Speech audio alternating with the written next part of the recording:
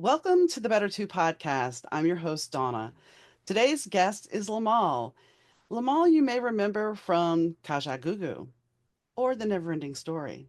Well, we do have a never-ending story. Well, it does have an end, but we talk about a lot. We talk about his rise to success.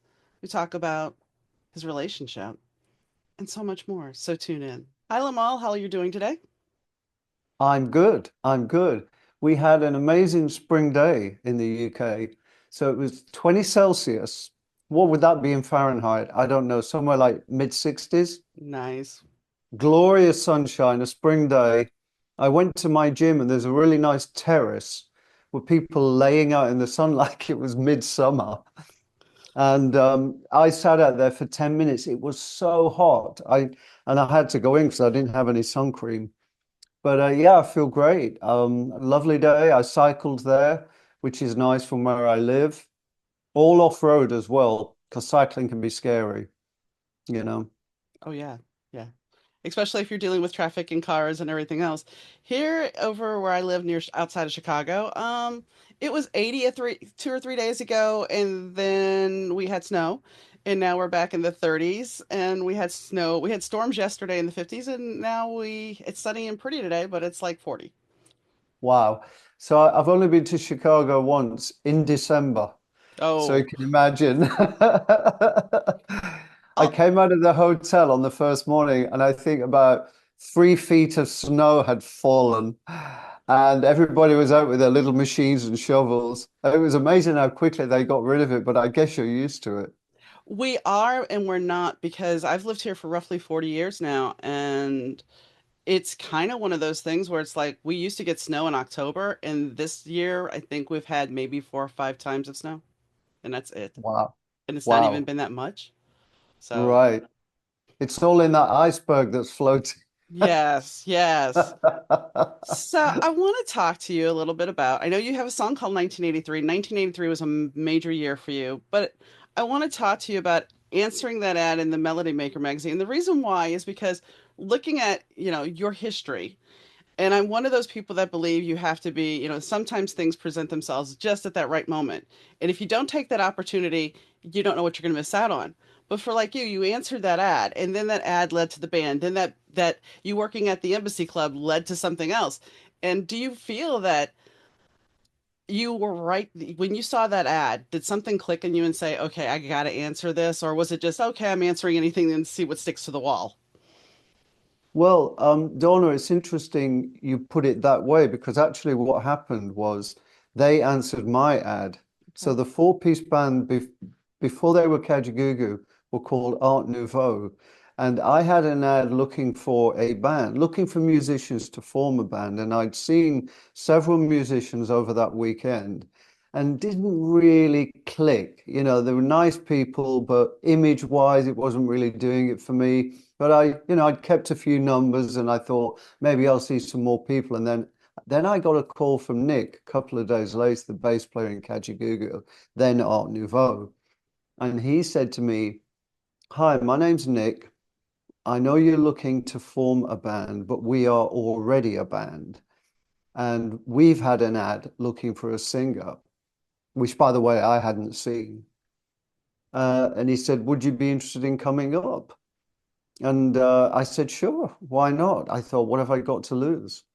So I jumped on a train. It's about 50 miles north of London, this little town called Leighton Buzzard, commuting town into London. And Nick met me at the station. It was about 5:30.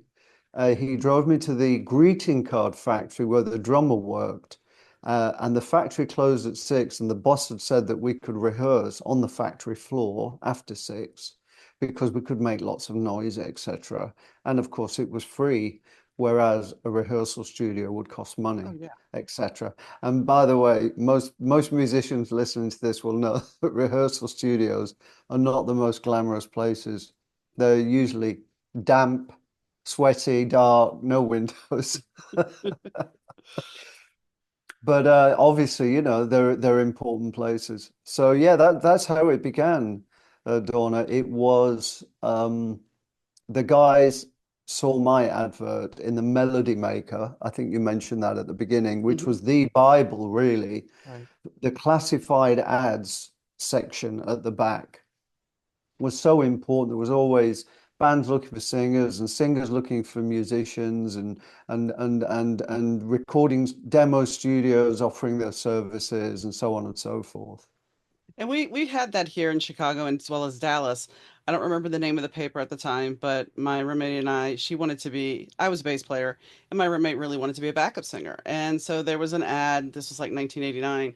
There was an ad looking for backup singers for like in the style of Duran Duran and whatnot. So we answered the ad and we both got to do it. I was not, but it was not my intention. It was just like, I'm just going with you. No, no, no, you have to audition as well.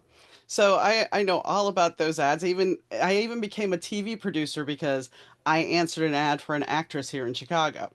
So I understand in those ads, they could change your life. Yeah, absolutely. Um, yeah, I mean, I wondered how far do you want to go back? You think if it's a bit like the movie Sliding Doors. You've got three choices, left or right or straight Hmm. on, or turn back, four Hmm. choices. So yeah, it's weird. Serendipity. I think opportunities, they can come along. You have to be ready for them. Otherwise, when I met Nick Rhodes at the Embassy Club, I would have just been meeting another famous person, and well, I think we all found it fascinating at the time where the press, because our first single went to number one in the UK, number one all over the world, top five in America. We were labeled an overnight sensation, and really nothing could be further from the truth because we've been slogging away, all of us separately. The band had been working a long time. That obviously they'd studied their instruments, recorded demos, they'd gigged. I'd been in three musicals, which was great for singing, for training, for discipline, you know. Because if you're doing 8 shows a week in Joseph the Amazing Technicolor Dreamcoat, you really do discover how this little vocal cord in your throat, what it likes, what it doesn't like, what upsets it, what makes it feel okay.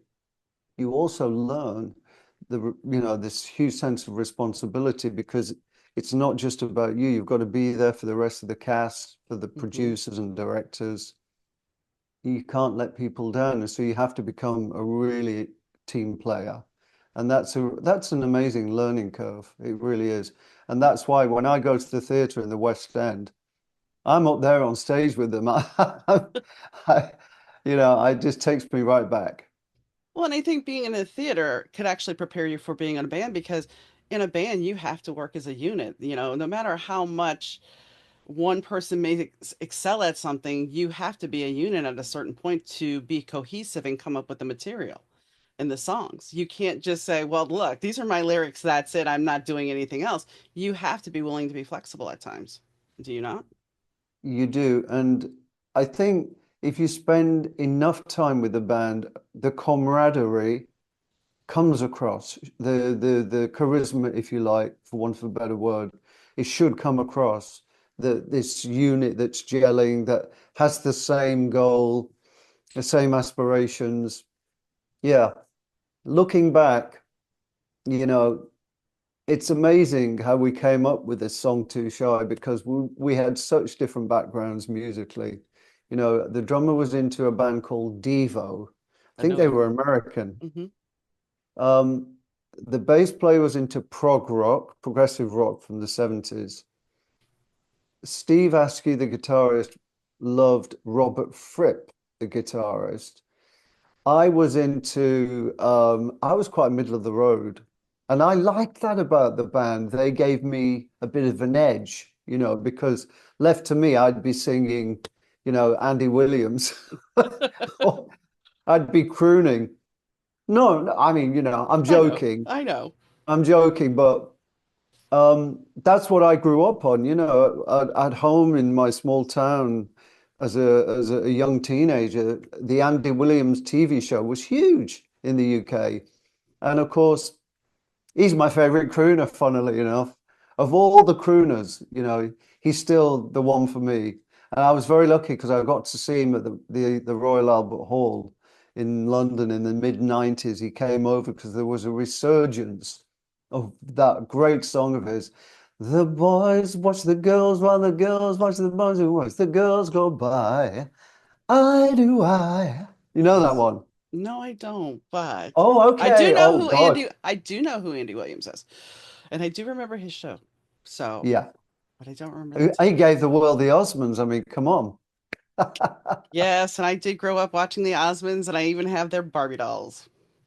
Wow. And No, I I got don't have those. I did buy a couple of records, and I love that duet with Donny and Marie. I'm giving up to Mhm. you. You decide what you're gonna do. They were in harmony. It was lovely. And do you know what I used to love? They had these glamorous white microphones. Do you Mhm. remember the white Yes, microphones? yes, I do. Oh God, I used to look at that microphone and think, I've got to get one of those. And did you ever achieve that dream? No, Oh, no, no, no. In oh, fact, I don't think I've ever seen a white microphone. But anyway, stainless steel is cool. yeah. I think the coolest microphones are the vintage looking ones. All the Yeah. musicians love to use those in their videos. I have a question. So, let's go back to the Nick Rhodes thing. You're working. What made you decide, hey, I'm going to ask him if he'll do this? I mean, that takes a lot of as I would Front. say, yeah. You know what? When you're 20 years old, Mhm. I was a cheeky kid as well, and I just we were cheeky. I mean, come on, we're hanging around the streets with nothing to do, with no money, on my little council estate in Wigan. It's a survival mechanism being cheeky, you'd ask for stuff because you knew you wouldn't get it any other way. So the cheeky kid, the Embassy Club, uh, and I'm sorry if people have heard me say this before, but the Embassy Club in Old Bond Street in London in 1979, 80, 81 was one of the best clubs to go to in London. The other big club that everyone was talking about was even very avant-garde. It was Steve Strange from Visage. It was his club called the Blitz. But the Embassy Club was a bit more mainstream. You had paparazzi outside trying to snap the celebs.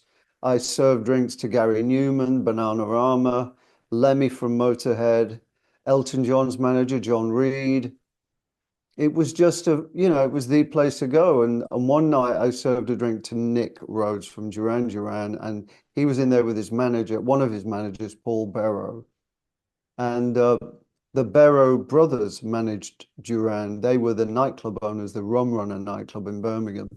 That night it was Paul Barrow, Paul and Mike Barrow were the managers. I don't know if they still are, No, they're not. but oh, okay. But yeah, well, it's been 40 years. Yeah. But I served a drink. We just had a rapport, chatting away. Loved the band. Just bought your album. Blah blah blah. And I don't remember exact. I mean, come on, I don't Oh, remember an I know. exact conversation. But basically, I do remember that he said I told him about my band, Kajagoogoo, and we've recorded some demos and we're doing some gigs and blah blah blah. The next thing he says, "Well, send me a tape. I'll have a listen, let you know what I think." Cassettes, kids. Yes. Gives me an address. I send him the cassette, and a week later, I'm living in Lancaster Gate, which is West London, in a flat near Hyde Park, third floor. There was a really old-fashioned 70s green phone on the wall with that really twirly cord, Mm-hmm. and it rang, the old-fashioned ring that they now use in horror movies. But that's another story. So pick up. Hi, Limahl, it's Nick. I've got the tape. I like the demos very much. I'm going to take them into EMI Records Wow. and tell them I'd like to produce you. I mean, it was all of that information all in one go was just so mind blowing because really I wasn't sure whether I'd even hear from him, you Right. know? Right. So put the phone down, pick myself up off the floor, called the band, very excited, because I'd moved back to London at this point. The band was still in Leighton Buzzard, this town north of London. And that's what happened. And the irony is that EMI Records had actually turned down our demos 6 weeks before. So the old adage, it's not what you know, But who? is totally true. Mm-hmm. I guess, you know, they saw some, I don't know, maybe it was the right nudge. If someone like Nick Rhodes was saying this is good, maybe they just, because I think they do get deaf, especially the corporates, Oh yeah. you know, and today it's probably even worse, record company, people complain that the industry is being run by accountants and lawyers, and all they care about is streaming numbers, but that's another story. I'm digressing. But here's So, the go ahead, sir. yeah, well, I was just going to say, so Nick, the wonderful thing was Nick was humble enough to bring on board the Duran Duran producer, a guy called Colin Thurston, sadly, the late Colin Thurston, who died young of cancer in his early 50s, bless him. Now, Colin was an old school engineer. He'd come from that real, ethos of technical engineering, and what was required for I mean, when you're in a recording studio for the first time, it looks like back in those days, the cockpit of an aeroplane with knobs and faders Mm-hmm. everywhere and little twinkling lights and Colin knew how to operate everything. I remember he hired some fantastic equipment. So we had a bass drum and he makes a phone call. Can you get me in that AKG, you know, sub something or other? I think it was like a valve compressor. He said it was going to add warmth to the bass drum and really make it punch. Things like that, that I'm not even sure that Nick Rhodes would have, known about. So the combination of Colin and Nick was just perfect.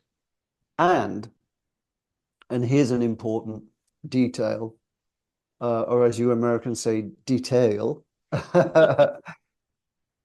When you've got five band members and the guitarist wants the guitar to be heard and the drummer wants the snare to be heard, etc., you got two captains of the ship in Colin and Nick who crack the whip and say, "Get out the studio, guys, and let us get on with our job." So that it was just a jigsaw puzzle of great pieces.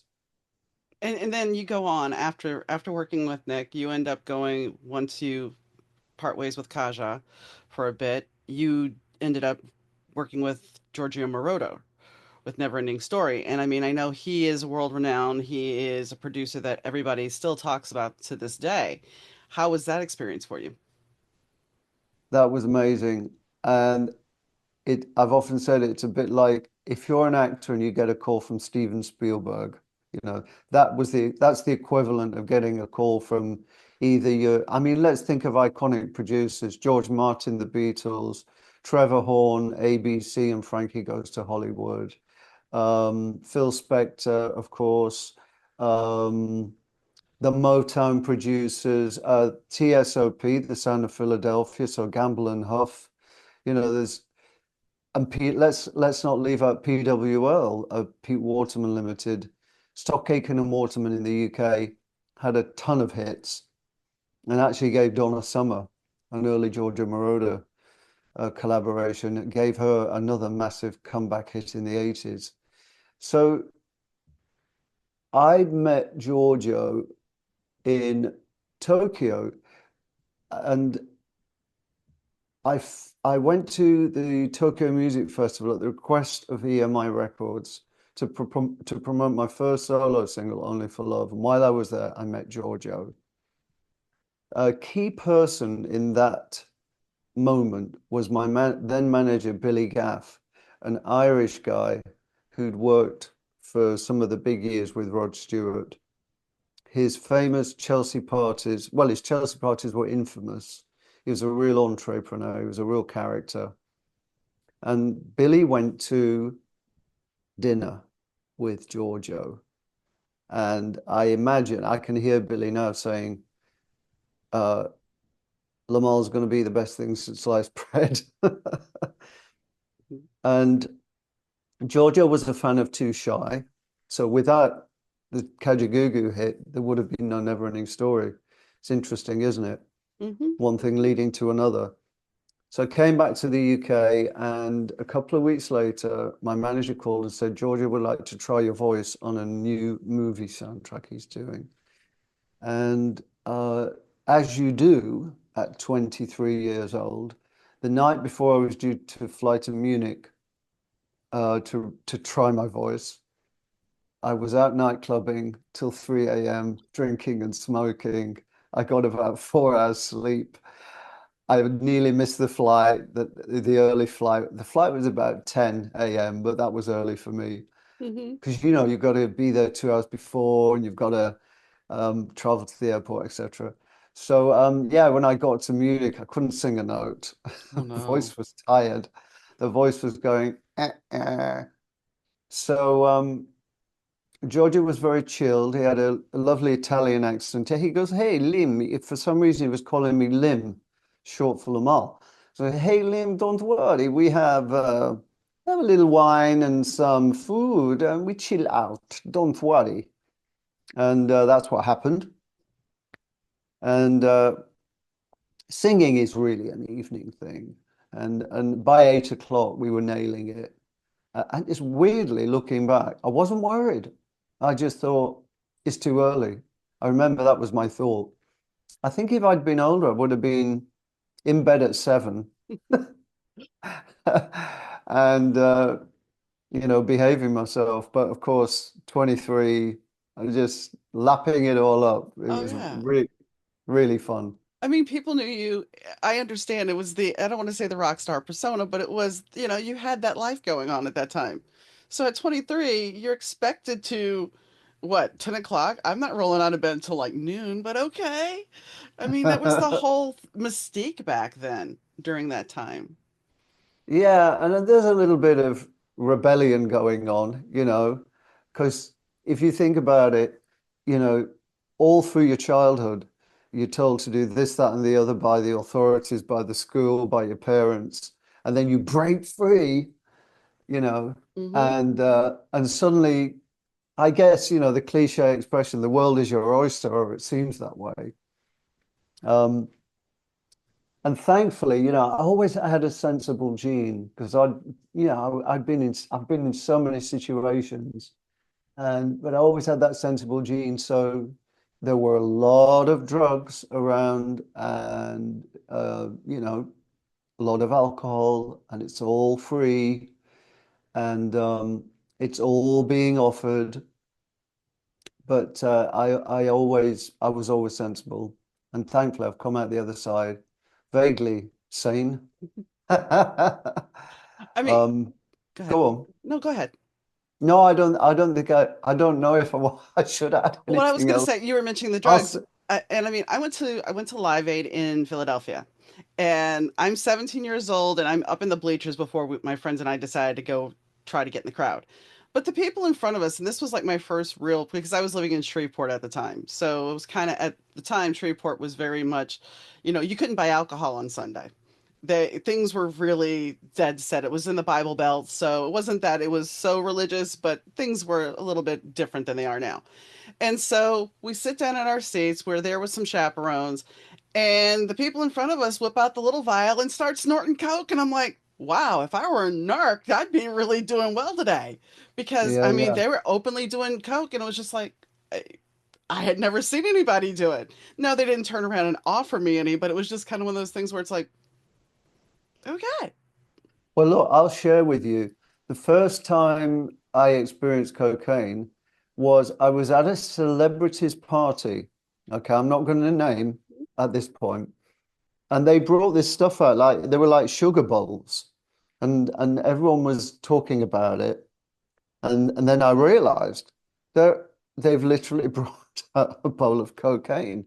Now you're talking. 1983 or 4, and this was the, popular drug, if Hmm. you like. And it was expensive, I guess, and not many other drugs were available. So it was almost considered a celebrity drug. It had glamour. It Hmm. really did when I think back. And oh my God, this is that stuff that they talk about in the newspapers and the media, you know. Oh, wow. So anyway, I'll be brutally honest with you. I did try it, and I honestly thought, what the hell is all the fuss about? That was my reaction. Understand. I Didn't, mean, the it didn't first, do much for me at all. And maybe that's the reason, I just didn't really get into the drug thing. I've smoked hash and I fall asleep. Well, I like being I like I like being awake. I hmm could sleep all night. So no, I think drugs, personally, I think drugs are overrated. They are glamorized, because they're Yeah. always associated with celebrities or whatever. But the truth is they do create a lot of trouble. And I'm fine with a drink. I like, what, alcohol is cool to a certain degree. Obviously, that can be taken to the extreme as well. Look at poor Amy Winehouse and others, of course. I think she was found with two empty bottles of vodka next to her. Yeah. Poor thing. Um, yeah, there's a lesson out there, kids, if you're listening, you can survive. And believe me, you've got to survive because when you get to, over 40, 45, maybe 50, uh, your body needs you, you hmm know, hmm and it ain't the body it used to be. And you need it to be there for you. So, treat it well when you're young. Have fun, but be sensible. Which actually segues perfectly into your new song. You know, the song that you're doing is a cover of America's Horse with No Name. And what's interesting is when I remember the song from being a kid or a teen. Yeah, I was a kid. And it was banned in certain US radio stations. Did you know that? I I'm sure did. you did.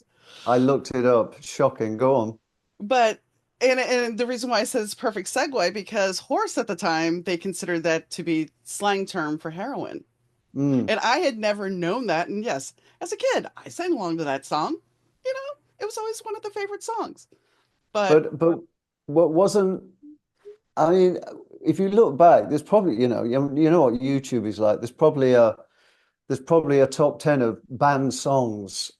And sometimes when songs are banned, it's just fascinating when you think where we are now. Uh, am I right in thinking, did I read, because you read so much and you forget, wasn't Fever by Peggy Lee banned in some places? I think so. And this song now that I grew up listening to in the 70s was In the Summertime. If you actually listen to the lyrics of In the Summertime, um, it's really wrong. It really is wrong.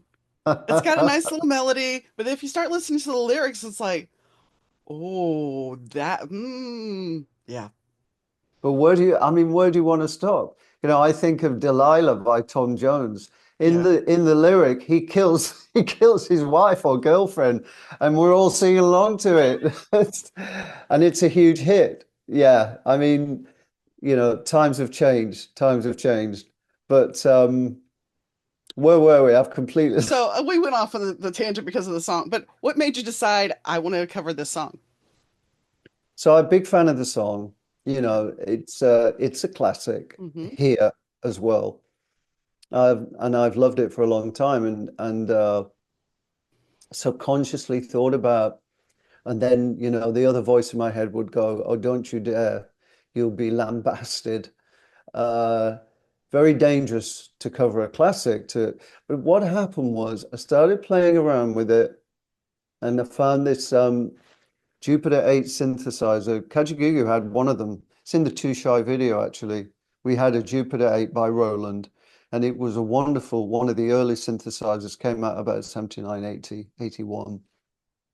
And now you can get it as a plugin on audio software. So I'm playing around with it, and I got this wonderful envelope sequencer going, so that it's like a wah wah guitar, but on a chord, synth chord. So it opens and closes, so but with a musical chord. And I put some reverbs and delays on it, and then panning it, and I'm thinking, oh, this is really nice. Then I think, good, this is really different to the original, and that's what it has to be if I'm going to do it. I thought I'll go down the electronic route because I don't want to try to emulate those lovely folky guitars of the original. And the 80s and 90s at the moment are influencing a lot of young music makers. I hear that. Hmm. And so I introduced some sort of 90s ideas. Then I did, and I'm on and off working on it, on and off working on it. And by the way, I must say at some point, all creatives can have half finished ideas or quarter finished ideas on the shelf, whether you're an author writing a book or a filmmaker or creating music. And I'm no different. And I wasn't sure whether this was going to end up the same way, but it kept falling into place. And that kind of spurred me on. The icing on the cake was I did a TV show in the UK for a popular TV personality slash singer here called Jane McDonald. And they'd invited me on to do the Never Ending Story because they were having a movie themed show. And while I was there, I had to rehearse with her band. And the guitarist is a guy called Steve Cooper, who lives in Birmingham.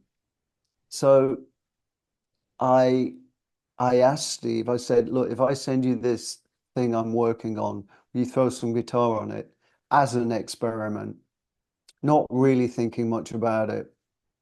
So send him the files. He sends me back some amazing guitar. I spent a couple of weeks editing it, and it it became clear that it has to be there because the wonderful thing that happens with a guitar on this kind of electronica is it's like the tension in an orchestra between all the instruments. So the synthesizer chord changes, the guitar lingers on as it fades away and almost introduces another note into the next chord that's already changed. So you get an added seventh or ninth or 11th note. And of course, Steve's guitar, is very different to the lovely folk guitar of the original. And so that's how I ended up with this cake mixture, this recipe, if you like. It didn't come easy. Um, and I don't think tracks do come easy. Productions don't come easy these days because it's very competitive. And how many sounds, how many melodies, how many lyrics are left, you know? I would agree. And I mean, here's the thing. I want to say I've listened to the song. It's really good. It's not by the time this podcast is out, the song will be released. I enjoyed it. It was a good cover, and I think you did it justice. I don't think you paid a good homage to it, but you made it your own. And that's a talent. I mean, I remember I drove all night. Celine Dion covered I Drove All Night, and I had a friend and her daughter was in college and her daughter was like, "Oh my God, this is the best song ever." And I'm like, "What? I Drove All Night by Celine Dion." I'm like, "That's not the original." She's like, "What are you talking about?" I'm like, "That's not the original." And so I had to show her. And I think by you playing this song, by you redoing this song, you're not only possibly helping yourself, but you also bring it to the attention of the original. Some people will go back and look at the original. Just like you having the resurgence with the Neverending Story and Too Shy by being placed in TV shows, other people are finding it. And that offers a much more diverse audience than what is being presented as there's such a limited amount of airplay now on the radio. And most people don't even listen to the radio. They're always streaming their music now. So you Yeah, have to find an audience in a different way than you used to. yeah, yeah. Another thing about A Horse with No Name, it's not a song I could have ever written. And I did some research, and the English-born but American member of America and the songwriter Dewey Bunnell wrote the song influenced by his father was based at an Air Force base near the desert, and he spent a lot of time going through the New Mexico desert and the Arizona desert. So where I'm from, there are no deserts. You know, True, true. that song was never going to come to me. And then, of course, it's such a great lyric. You know, it's like one of those crazy dreams you wake up from and can't quite work out how the hell did I dream that, you know? So that's another appealing factor for me, this, the history of how it influenced the songwriter, Dewey Bunnell. Then I want to ask you this. You took some acting classes and then you were in theater last October, correct? Uh, I think it was earlier than that. It was a 2 or 3 years ago. Yes, I did do a theatre show and purely acting. When I started in theatre, they were musicals, so I was singing. And in fact, in Joseph and the Amazing Technicolor Dreamcoat, there is no dialogue because that was the genre that Andrew Lloyd Webber and Tim Rice um, were putting out to the public. So Jesus Christ Superstar, rock opera, everything sung.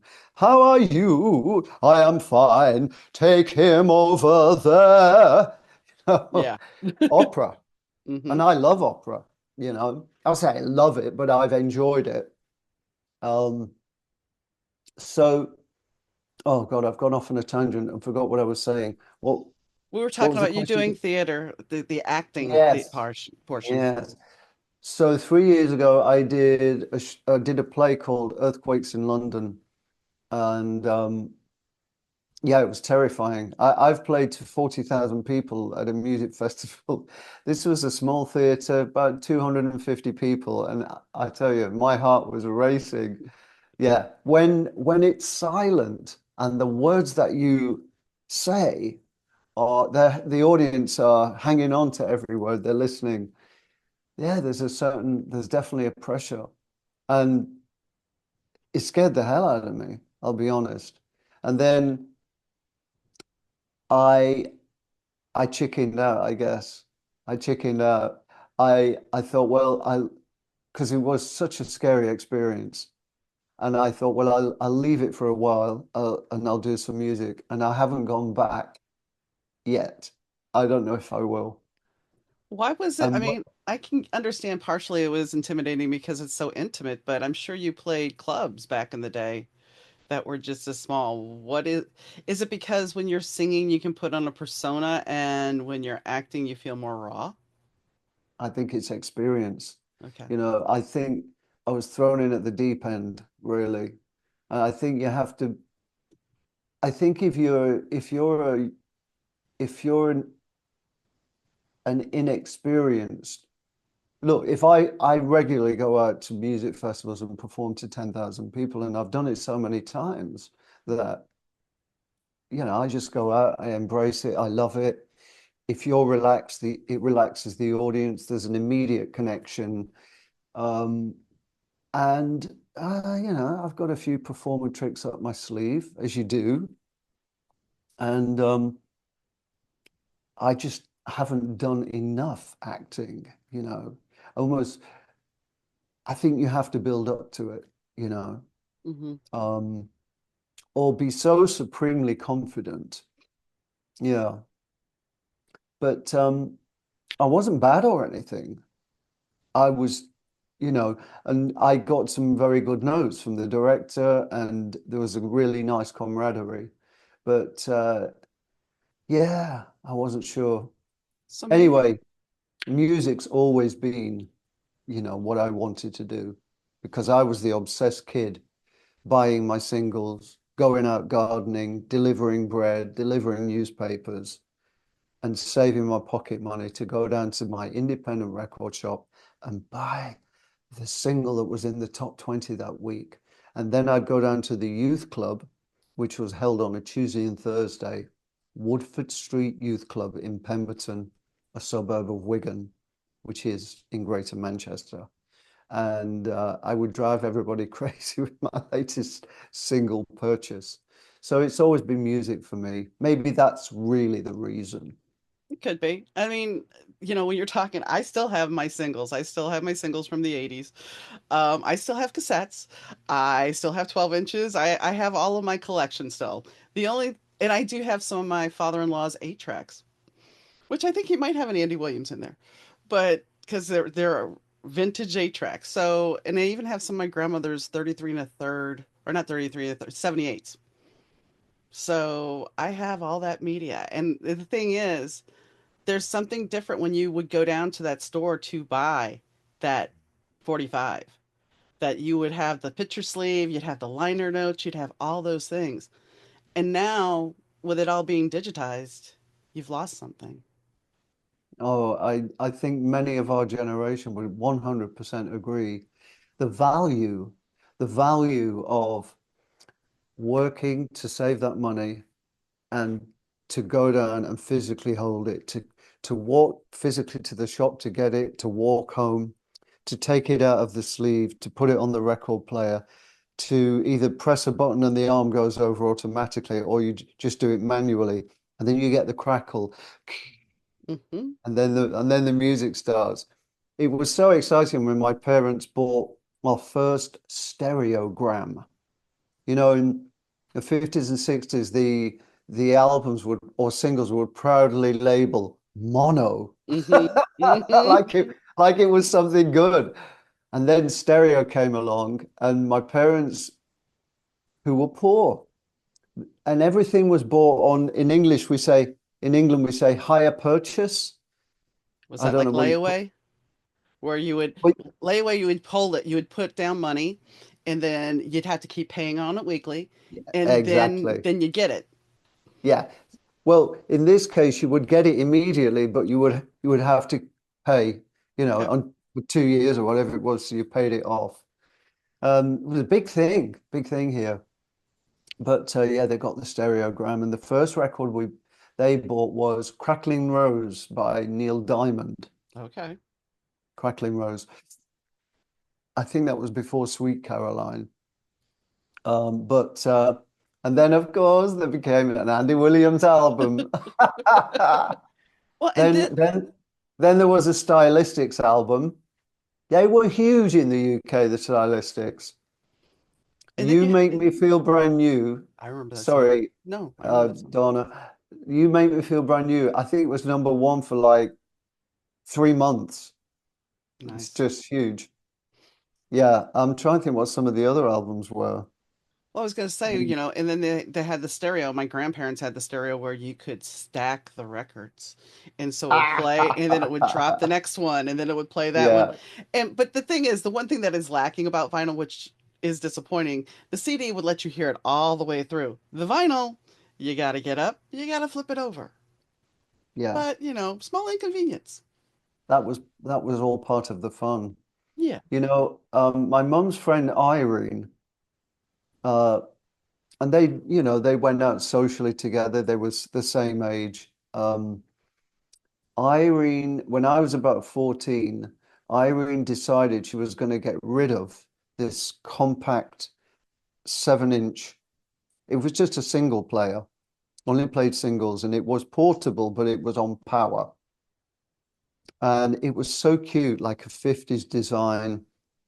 And it wasn't ivory. It was what's that? What's that stuff called? They used to make old telephones of it. Not It bisque. cream. Cream.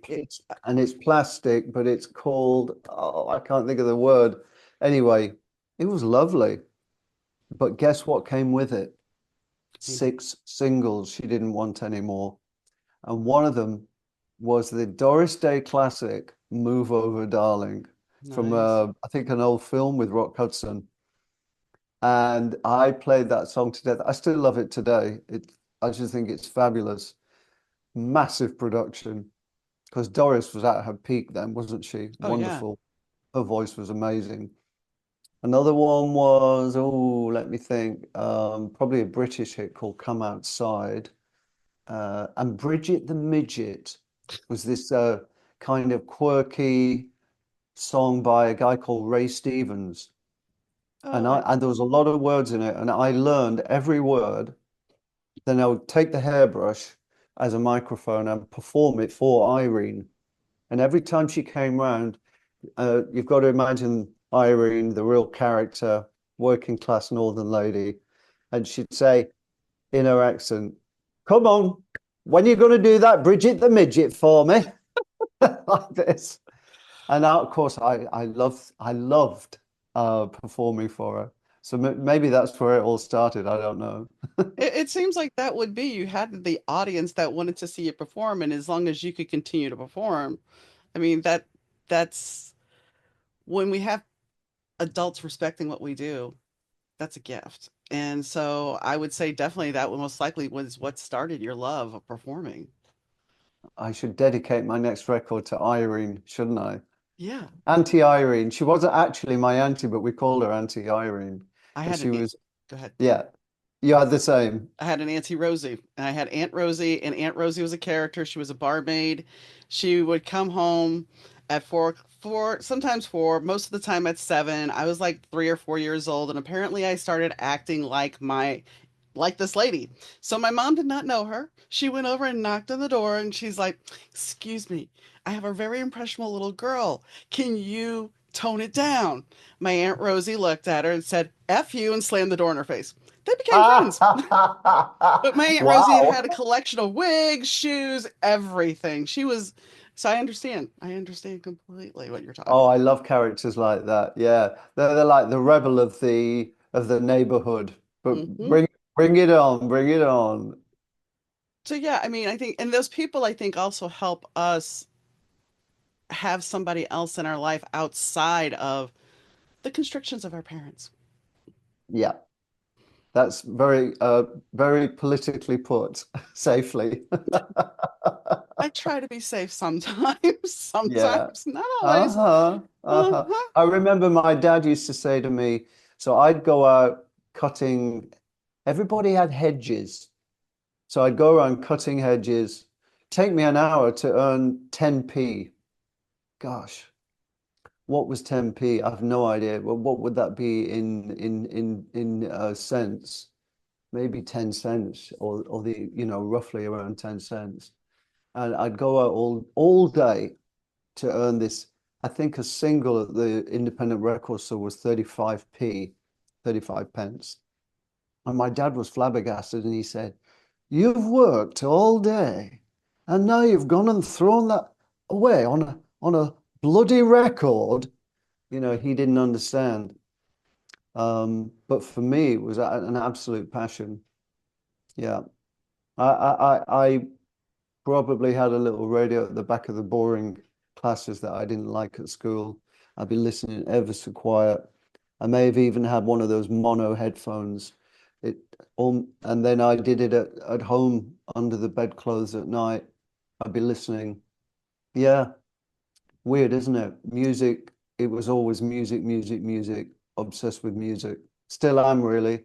Every day I wiki something. I listen to the radio, different radio stations, and I love music trivia. I look things up. The trick is remembering it. Oh, yes, yes. You're Because talking. Go ahead. go on. No, go ahead. Go ahead. We just take in so much more information nowadays, don't we? I think we take it for granted. Well, I don't need to remember that because I can just look it up again. Yeah, I mean, how many phone numbers did you used to know compared to now? And when you were talking about Exactly. school, no, I didn't have a radio, but I would sit there in the back of the class that I really just hated with my star hits, which was the American equivalent to smash hits. So actually, most likely you were in one of those magazines because it was the early 80s. And Yeah, looking through them going, oh, okay. Yeah, and I'm supposed to be doing working class, but it was just like, no, not this class. Mm-mm. So yeah, I think there's always the need for if we find a passion, if we're interested in music. And I mean, my interest then would lead me to becoming a bass player. Granted, I never fully did anything with it, but there was the interest that started because of a certain action, just like with singing.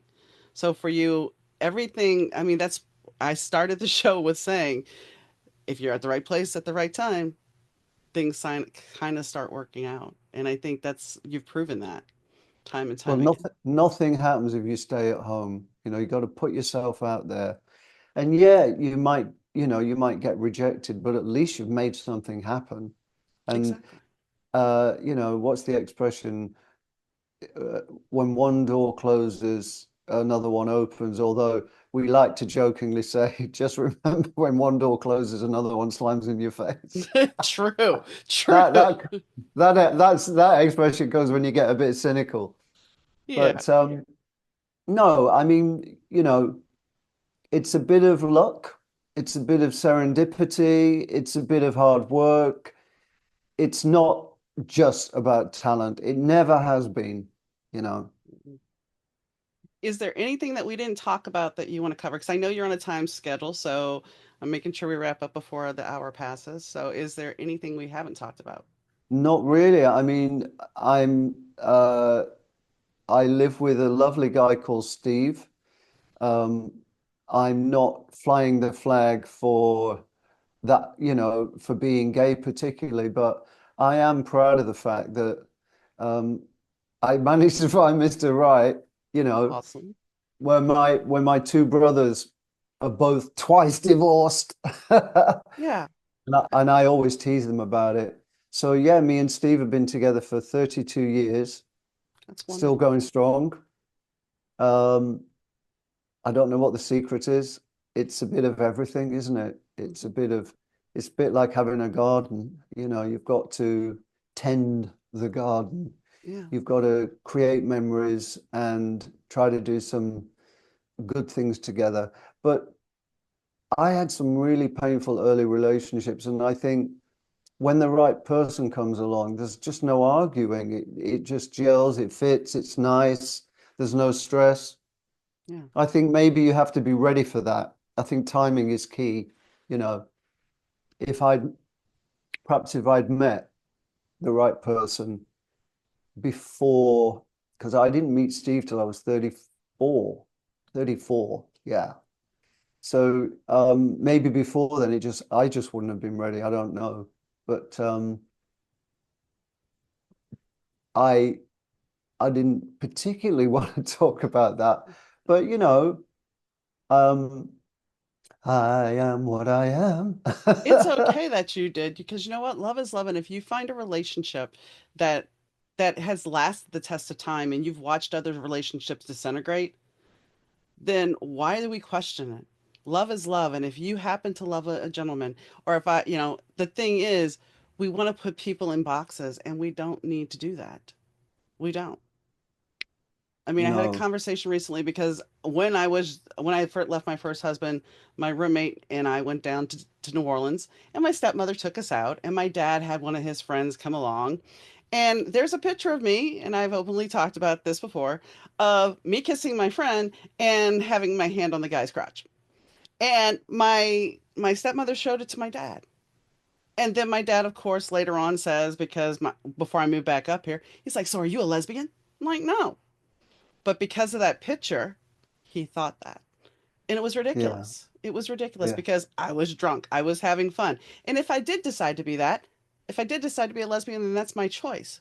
But our parents kind of go, "Oh, why? If we love somebody and we're happy, that's all that should matter." I think maybe the reason I mentioned it is because it was such a struggle when I was young. There were no role models. And when I had girlfriends and I had some experiences with guys around the age of 16, 17.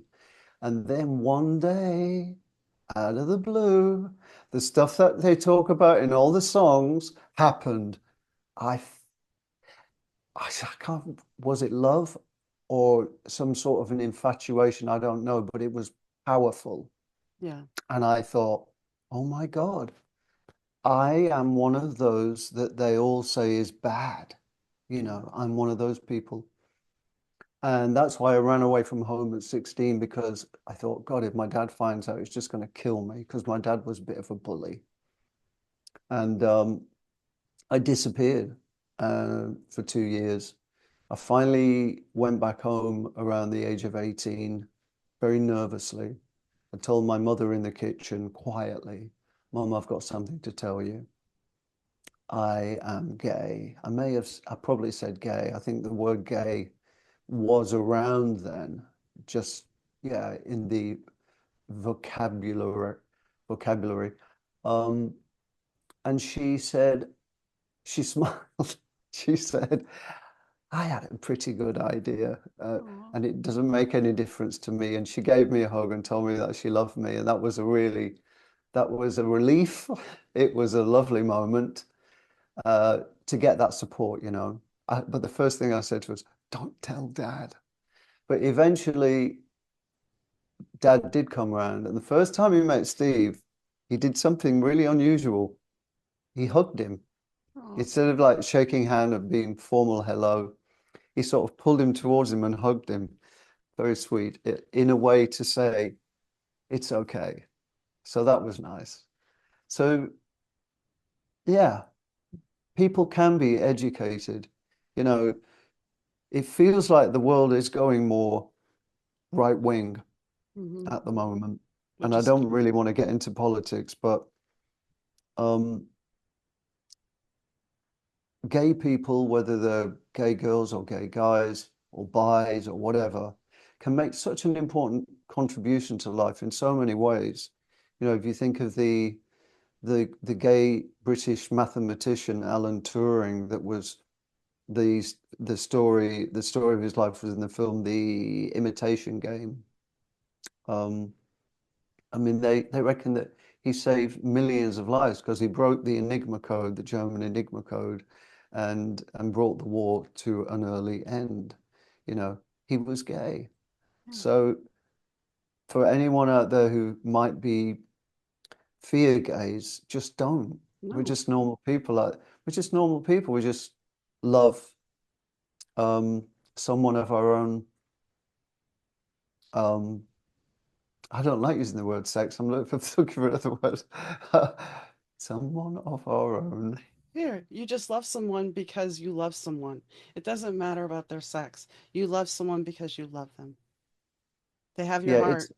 yeah, it's a much deeper connection than uh and anyway, you know, I do say to my straight friends, every s- no, I better not say that. Mhm. I say, no, I'm not, no, let's not even go there. Um, well, look, I say to my straight friends, so many straight guys fantasize about being in a situation with perhaps two women, you Mhm. know. So then it's okay. So it's a bit hypocritical to criticize it if it's two guys. Do you know what I'm saying? Mhm. That's how I feel about it. I just think live and let live, people. Come on. Exactly. Exactly. Yeah. On that note, I'm gonna say thank you so very much because I know you said that you only had an hour for me, so I thank you. So when I do research for a show, I usually will get a press kit and then I do other research. And the information about October, his performing in the theater, that was actually in the press kit that said October. I did not know that it was 3 years ago, and that's okay. I'm glad he caught it, but I just want a clarification that most of the things I do, I get research, and I either get research from the internet or I get a press kit. And then I cobble everything together so I can make this interview what it needs to be. It's not that I have strategic questions that I'm going to ask. I have notes. I have notes to try to guide me along if I need to go there. So I think that sometimes, things happen and well, I'm human and I may get a fact wrong and that's okay. And if the guest can correct me, that's awesome because I want the facts out there the way they need to be. What I wanted to say though about, talking to Limahl, it was kind of one of those things when I found out I was going to have the opportunity to, that even though I was here in the present, my mind went back to being in my parents' family room and sitting there in front of the TV that was in the cabinet, not one of those big ones, but one of those smaller ones in a media cabinet, and seeing Kaja Gugu come on MTV and them talking about Nick Rhodes producing. It wasn't even that he was co-producer. They just because Duran was having their success, so here we're gonna piggyback off that. And that's a great way for marketing too. But it was weird for me because yes, it took me back. It was like here I am at 57 being 16 again and looking back at that going, okay, here we are. And I think sometimes when we look at artists that maybe aren't having the same success in this country, but they're still popular over in the UK because Limahl's had several singles over in the UK that have tracked. But because that is over there and not here, we don't necessarily always know about it. The good thing about music nowadays is that with streaming services, you can find all of the stuff wherever you need it to be. As far as being at the right place at the right time, that's half the battle. But you also have to be willing to take that shot. And I agree with him that it's not what you know, it's who you know. And that's a hard thing, especially when you're trying to make a name for yourself. But the thing is, if you have the talent and you nowadays, if you market yourself enough, you may find that right person. I mean, I hate to say it. Look at Justin Bieber and Usher. You know, we all know that story. He was on YouTube, and yeah, I know it's not the greatest story in the world now, but when it all happened, the illusion that we were presented with, um, it showed that, you know, you could find somebody and this is what happens and the great discovery story. But there are so many, if you look at the course of history in Hollywood, in the entertainment industry, you know, the girl at Schwab's soda fountain, how we found somebody. So being at the right place is definitely a good thing. And I've talked about that with my own life in certain examples. And you have to be willing to take those risks. You can't just sit there and go, well, and it was funny because the other day when I was driving somewhere, there was this t-shirt that said no risk, no story. And so that kind of reinforces that. And when we don't take those risks, we can look back and go, well, what did I do? If I never decided, I remember that in January of 2021, I sat down and I recorded an episode of the podcast. And it was the sound was off, everything was wrong about it. And it just, I never let it air. My friend Sarah had come on, we recorded it, it sucked. And I thought, well, I don't know if I want to do this. And something kept telling me, no, you have to do this. You have to keep going. So then I made the decision to record that very first episode. And I realized that if I was going to ask people their personal stuff to put it out there, because at the time, the Better Two podcast focused on that Better Two moment. Was it better to have done something than not? I decided to tell my story about my mother. And I don't regret it. I don't regret it because that has led me on this amazing journey. And now the fact that I get to talk to different people than I was talking to before and people that I would only dream of talking to, you know? I mean, the funny thing is, there's a guest that has not come on the show yet, but I ran across them and I'm still working to get them on the show. And this person is somebody that I would really like to have. And hopefully one day I get them. And I will not say who they are because I don't want to jinx it. But when I stood in front of them, I asked them, I said, would you come on my show? And they said, talk to management. And so we've been trying to make that happen, but they've been busy and blah, blah, blah. But the fact of the matter is, I still took the shot. And sometimes you have to swallow your pride, swallow whatever fear you have, and just do it. Just do it. It's like giving the book to the person I wanted to give the book to. That was the one thing I set in mind that I wanted to do, and I did it. And so you have to be willing to step in and take that risk. Because as one of my friends told me a long time ago from a dream she had, and this person that is the one, you know, it was a person that I had admired, told her in this dream, tell her there's no memories without the risk. And that's true. And I have to look back at my life and think of all the memories I have because I took that risk. And I would say the same is true for Limahl. He's done a lot. If you look at his history, he's been in theater, he's been in musical theater, he's been in television, he's performed. He goes to these festivals and performs. And so I think we have to look at the bigger picture of if you sit there and you do absolutely nothing, what have you gained? because life is passing you by. You have to be willing to step in, step out, and do things. And that's the most important thing because your life, well, you got this life and you may reincarnate.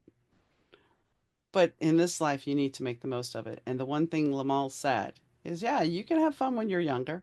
It's awesome to have fun when you're younger. But yeah, at between your 40s and your 50s, your body's going to start to betray you if you're not taking care of it. And you're going to be like, what the hell? So listen to him and listen to me. Take care of yourself. Make sure you're taking care of yourself. Because when your body starts to betray you, you're kind of like, what the heck? So, on that note, I thank you for tuning in as always. And I thank Rich Sai for 30 Year Audio for doing the audio production. I thank Fast Susie for the intro and the outro music. I thank Limahl for coming on. And, well, I thank you guys for tuning in. And no matter when you listen, morning, noon, or night, I really do appreciate it. And I'll catch you next time, guys. Bye.